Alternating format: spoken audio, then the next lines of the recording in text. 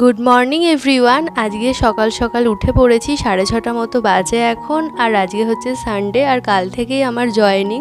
তো সকালবেলা উঠেই আমি ছাদে চলে এসেছিলাম। আর আজকে সকাল থেকেই এত সুন্দর হাওয়া দিচ্ছে, আর ফুলগুলো এক গাছ করে ফুটেছে। তার জন্য আমি ভাবলাম মায়ের পুজো দেওয়ার জন্য ফুলগুলো তুলে রাখি। তো আমাদের এই ছাদেই যে গাছ হয়, গাছে যা ফুল রয়েছে সেই ফুলেই পুজো দেওয়া হয়ে যায়। দেখো এক ঝুড়ি ফুল হয়েছে। তো এই ফুল দিয়ে কিন্তু আমাদের বাড়ির ঠাকুরের পুজো হয়ে যায়। তো তোমাদের সঙ্গে শেয়ার করি এই ব্যাগটা, যেটা আমি রিসেন্ট কিনেছি আমার জয়েনিংয়ের জন্য স্কুলের।